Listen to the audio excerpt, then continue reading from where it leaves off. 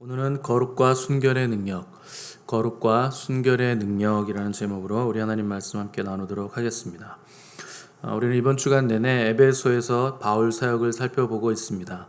이 에베소는 당시 악한 영들과 또 세상 권세와 문화와 또 물질의 중심지였던 도시였습니다.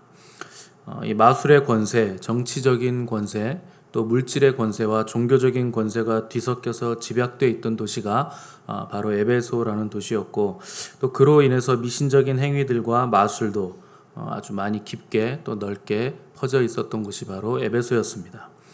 이 에베소의 아데미 신전은 아르테미스라고 하는 여신이 바로 아데미인데, 다른 신전들과는 비교도 되지 않는 아주 천문학적인 헌금이 쏟아지는 신전이었기 때문에 아주 극심한 우상 숭배가 만연한 도시였습니다. 그런데 바울은 이런 곳에 두란노 사원, 말하자면 신학교를 세우고 2년 동안 말씀으로 제자들을 집중적으로 양육했고, 놀랍게도 에베소에 사는 거의 모든 사람들이 복음을 듣게 되는 역사가 2년 후에는 일어났다 하는 것입니다. 더 놀라운 일은 바울의 손을 통해서 나타난 하나님의 놀라운 능력이 에베소를 강타했다, 이렇게 기록을 한 것입니다. 누가가 11절에서 하나님이 바울의 손으로 놀라운 능력을 행하게 하셨다, 이렇게 놀라운 능력이라고 표현한 이유는 지금까지 나타났던, 바울을 통해서 나타났던 모든 초자연적인 하나님의 기적보다 더 놀랍고 강력하고 볼 수 없었던 일들이었다 하는 표현을 쓴 것입니다.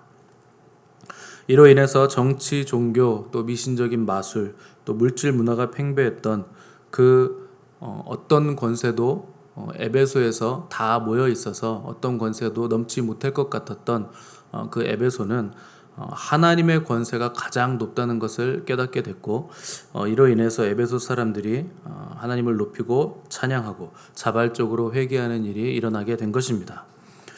이 에베소의 회개는 아주 특이한 사건을 발생시켰는데, 오늘 본문 19절 보시면 또 마술을 행하던 많은 사람이 그 책을 모아 가지고 와서 모든 사람 앞에서 불사르니 그 책값을 계산한 즉 은 5만이나 되더라, 이렇게 기록을 했습니다.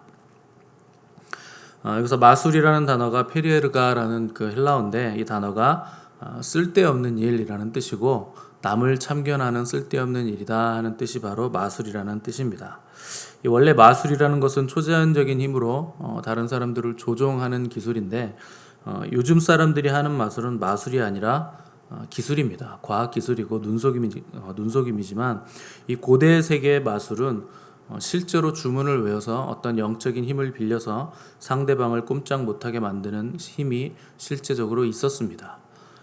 아니면 속임수를 쓰든지 실제 악한 영의 힘을 빌리든지 간에 다른 사람들의 궁금증이나 요구사항을 해결해 주는 것이 당시의 마술이고 심령술이었는데, 성경은 마술에 대해서 쓸데없는 일이다, 이렇게 규정을 하고 있습니다. 왜 그것이 쓸데없는 일인가? 공허한 것을 섬기는 우상 숭배와 다를 바가 없는 일이기 때문에 그러는 것이고, 결국에 악한 영에 사로잡혀서 마지막에는 파멸에 이르는 길이기 때문에 쓸데없는 일이다라고 규정을 하고 있는 것입니다. 이 에베소라는 유력한 도시에 마술과 또 심령술이 많았다는 것은 이 도시가 얼마나 영적으로 큰 기갈 상태에 있었는가 하는 것을 보여주는 것입니다. 하나님으로 채워야 할 자리에 미신과 마술과 우상들로 채웠기 때문에 그들의 심령은 기갈 상태에 있었고 허무했고 공허했는데, 그러다가 에베소에 진짜 그리스도의 복음이 전파됐을 때 많은 사람들이 채워짐을 경험하고 복음의 능력을 경험했기 때문에 그들의 입에서 찬양과 회개가 터져 나왔던 것입니다. 19절 보시면 회개의 실제적인 내용이 나오는데, 그동안 점치고 마술을 행하던 미신적인 행위들에서 그들이 돌이켰다, 이렇게 기록을 했습니다. 지금까지 자기들의 영혼을 채우기 위해서 영적이라고 하면서 했던 일들이 마귀짓이고 귀신짓이었다 하는 것을 깨닫고, 이 마술을 행하는 데 썼던 책과 도구들을 전부 불태웠다 그랬는데, 값을 계산해 보니까 은 5만이나 되더라, 이렇게 기록을 했습니다. 이 은 5만이 지금 가격으로 얼만큼의 금액인지 정확하게는 알 수 없지만 노동자 하루 품삯 정도로 학자들이 계산을 했습니다. 하루가 은전 하나라고 했을 때 은 5만이면 136년 동안 일을 해도 다 벌 수 없는 금액이 은 5만입니다. 그만큼 엄청나게 많은 주술 서적들이 에베소에 있었다는 것은 이 에베소뿐만 아니라 당시의 샤머니즘적인 마술과 무속신앙이 당시 사람들에게 얼마나 뿌리 깊게 파고들었는지를 잘 보여주는 것입니다. 이 에베소만큼이나 샤머니즘적이고 무속신앙적인 나라를 찾는다면 단연 우리나라입니다. 우리나라는요, 기본이 무속신앙과 샤머니즘이 다 기저에 깔려 있는 사람들입니다. 물론 가까운 일본이나 중국도 이 샤머니즘과 무속신앙이 굉장히 강한 나라이긴 하지만 거기는 기독교가 활성화된 나라들이 아닙니다.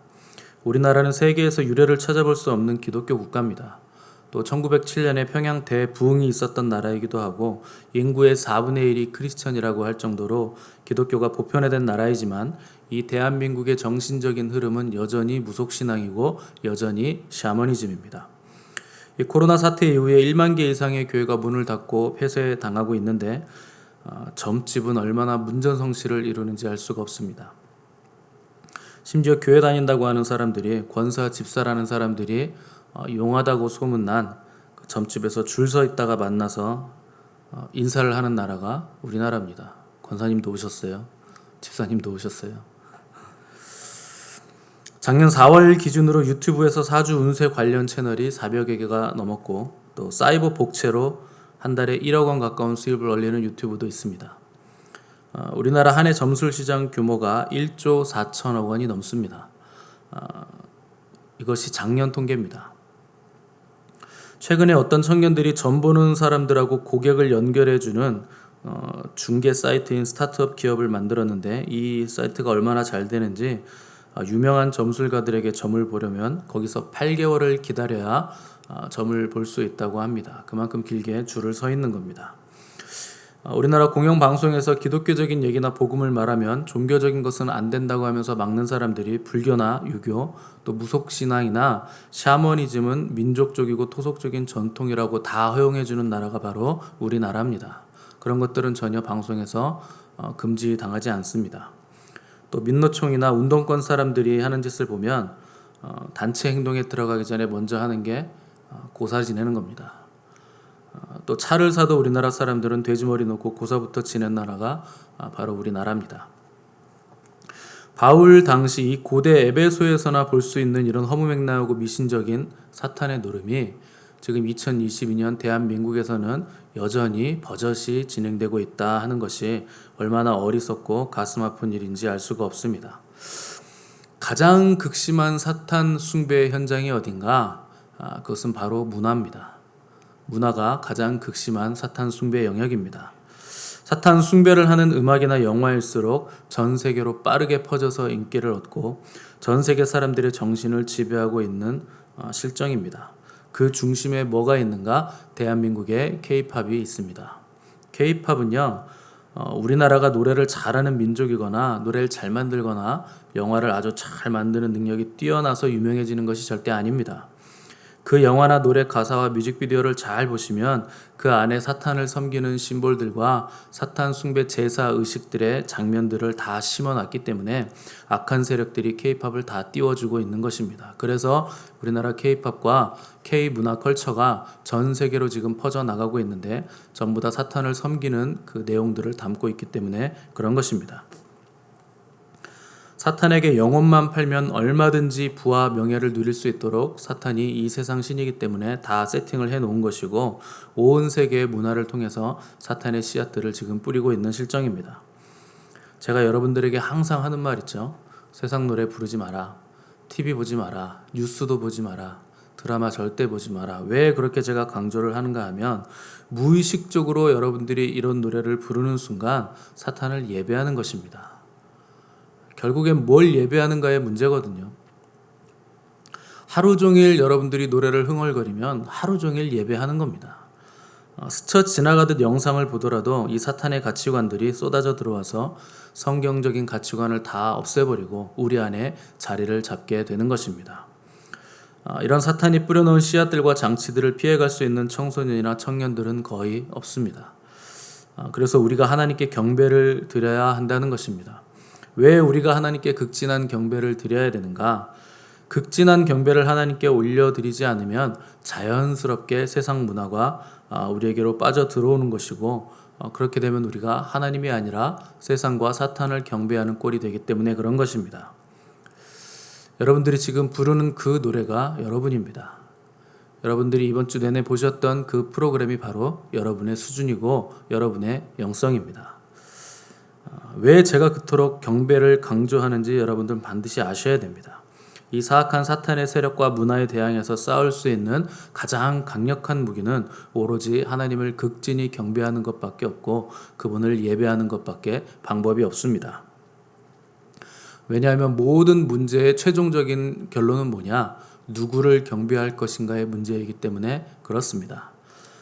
우리 주님도 사탄의 시험을 받으셨는데 사탄이 마지막으로 한 시험은 뭐냐면 나에게 경배해라. 그러면 내가 이 세상 내가 합법적으로 아담에게서 받은 건데 너한테 그냥 주겠다. 이렇게 유혹을 한 것입니다. 결국엔 경배의 문제입니다. 그래서 사탄은 주님을 시험한 것이고 주님은 이 시험에 대해 주 너의 하나님께 경배하고 다만 그를 섬기라 하는 말씀으로 이 시험을 이기셨는데 결국엔 주님도 이것이 누구에게 경배하는 문제인가를 알고 계셨기 때문에 이 말씀으로 승리하신 것입니다. 마지막 때 우리가 양과 염소로 갈라지는 이유도 결국 누구를 경배하는가의 문제입니다. 하나님을 경배하는가, 세상과 사탄을 경배하는가, 아니면 나를 경배하는가. 나를 경배하는 것도 나를 섬기는 것도 결국엔 우상숭배 문제이고 결국엔 그것도 사탄을 섬기는 것과 똑같은 취급을 당하는 것입니다. 성경의 마지막 계시록에 가시면 요한은 하늘이 열리고 보좌 앞에 설 때마다 하나님을 경배하는 수많은 천군과 천사들을 목도했습니다.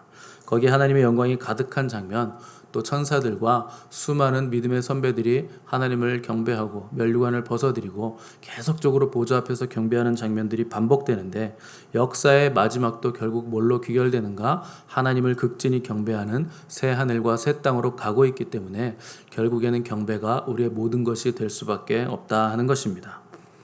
오늘날 한국에는 수많은 예배팀들이 있습니다. 엄청나게 많은 예배팀들이 생겨났고 유튜브에는 예배팀들이 찬양하는 찬양 예배의 영상이 홍수를 이루고 있습니다. 거기 수천 명이 모여서 울며 기도하고 찬양하는데 집으로 돌아가면 사탄의 문화의 속수무책인 원인은 참된 경배가 그 자리에 없기 때문입니다. 찬양 예배라고 하면서 자기들의 감정을 만져주는 노래를 하고 있고 거기서 위로하는 노래를 하고 있기 때문에 온전히 하나님만 높이고 그분의 거룩하심과 어미하심과 영원하심을 찬양하는 그 경배가 없기 때문에 삶 속에서 능력이 나타나지 않는 것입니다. 찬양 순서를 봐도 거룩을 찬양하다가 갑자기 보혈 찬송을 하고 회개 찬송하다가 은혜 달라고 찬양하더니 갑자기 또 거룩을 찬송하고 순서도 없이 뒤죽박죽 찬양을 하고 있기 때문에 거기 영광이 임하지 않는 것입니다. 순서적으로 해야 됩니다. 처음에 회개 찬양을 하고 보혈 찬송을 할 수 있겠지만 그 다음부터는 성령과 마지막에 가서는 영광으로 하나님의 거룩을 온전히 높여드리는 찬양을 계속 지속할 때 거기에 하나님의 영광이 임하는 것이고 거기 하나님의 불이 떨어지게 돼 있습니다. 영광이 임하지 않으면 영광을 흉내낼 수밖에 없기 때문에 조명을 갖다 놓고 레이저를 쏘고 할 수밖에 없는 겁니다.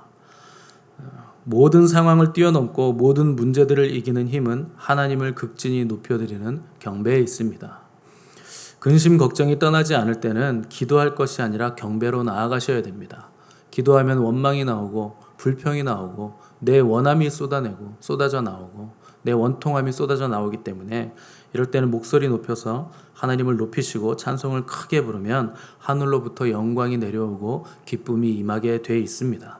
기쁨이 내려오고 영광이 임하고 평안이 내 마음에 자리 잡으면 그 문제는 끝난 것입니다. 하나님이 그거는 다 해결을 해 주시는 것입니다. 마귀의 괴계를 능히 이기는 것도 경배입니다. 더 이상 이 나라의 백성들이 무당이나 기수련이나 템플스테이나 단군 신앙으로 정신이 오염되지 않도록 하나님께 드리는 찬미와 경배를 회복시키는 것이 우리 교회의 비전이고 저와 여러분의 비전입니다. 정신없는 신학교 학생들이 교류를 한다고 템플스테이 하면서 절에 가서 수련회를 하고 또 무슨 기를 배우고 이러고 있는 나라가 바로 지금 우리나라입니다. 여러분 우리가 정신을 바짝 차리셔야 됩니다. 지금은 미혹이 극심한 시대이고 어느 나라가 가장 미혹의 영이 극심한가? 바로 대한민국 우리나라가 미혹의 영이 아주 극심한 나라입니다. 우리는 먼저 참된 경배를 드릴 줄 알아야 되고 성령의 능력으로 충만한 가운데 우리가 먼저 서야 이 땅 가운데 경배가 회복이 될 것입니다. 이 크리스찬들 가운데서도 집안에 가변 또 북어대가리가 걸려있는 집이 있고 실타래 붙인 분도 있고 심지어 부적 붙인 사람들도 있으신데 여러분 다 떼어내시기 바랍니다. 다 불태워버리시기 바랍니다. 혹시 옛날에 그런 거 하셨다 하면 장롱이나 이불이나 베개 속에 혹시 그런 거 있나 여러분 잘 보시기 바랍니다. 다 태워버리셔야 됩니다. 지갑 속에 있는 그 몇백만 원짜리 몇천만 원짜리 부적도 다 소용없는 짓입니다.